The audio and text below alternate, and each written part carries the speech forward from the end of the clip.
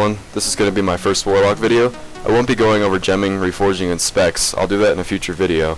But in this video I want to go over some tips to being a successful Warlock in BGs and arenas. One of the main things I want to stress to you guys is that Warlocks are a support class. They are not designed to nuke down a player in a few seconds, but to slowly cause your enemies to rot away, which is actually pretty fun. But anyways, Warlocks are a huge offensive and defensive supporting class. Warlocks have so many cooldowns that can lock a healer or a DPS up. Alright, let's say you're in a battleground and you notice a healer next to you while you're in a large battle. It's very important to stay next to your healer so you can peel for him if necessary. Now you notice that a rogue opens up on your healer. Rogues can seriously lock up a healer for so long that all your teammates up ahead are going to start dying from not receiving heals. Your rogue can put your healer in a 3-second garrote, into a 6-second kidney. If you have 3 or 4 players focusing your teammate up ahead, he's more than likely going to die in that amount of time, which is just going to cause you to lose that battle. If I'm in this situation, I like to throw the rogue in a death coil, because death coil is a 3-second cooldown and it does not DR with fear. DR is when your ability becomes less effective the more you use it. For example, my first fear will last 8 seconds, my second will last 4 seconds, and then 2 seconds, until the target eventually becomes immune to fear. Anyways, rogues will almost always trinket a CC put on them if they have their trinket up. So right here we get a rogue trinket. Now you're able to put the rogue into a full 8-second fear, allowing your healer to heal your teammates without any problems. At this point, I begin dotting up the rogue with haunt dots and spam fear him to try to nuke him down. Doing simple things like this and just being a defensive player as a Warlock can mean the difference between winning and losing, not just battles, but the entire battleground.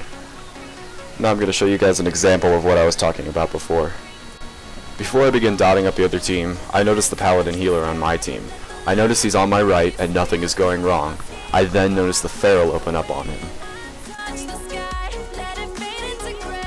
I target the Feral and begin casting a fear on him to get him off my healer. I put a full 8-second fear on him, allowing my healer to keep going. After a few seconds he doesn't trinket, so because this is just a battleground, I'm going to assume that his trinket's on cooldown.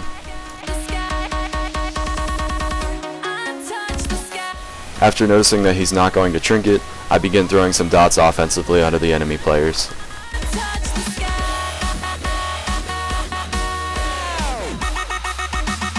At this point, the Feral, a Rogue, and a Warrior are all on my healer.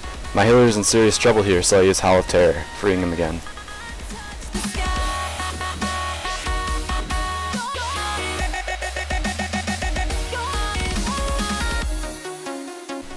Now the 3 of them are unorganized and at low health from my dots. The Howl of Terror gave my team time to notice what was going on and start helping the healer as well.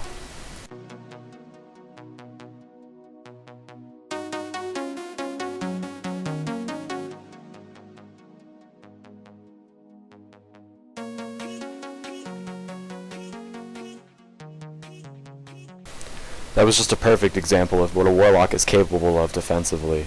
A lot of Warlocks don't take advantage of this ability, and it's really what separates the good ones and the great ones. Use these tactics in arenas as well, and you'll find yourself a lot of success. Remember, in arenas, communication is key.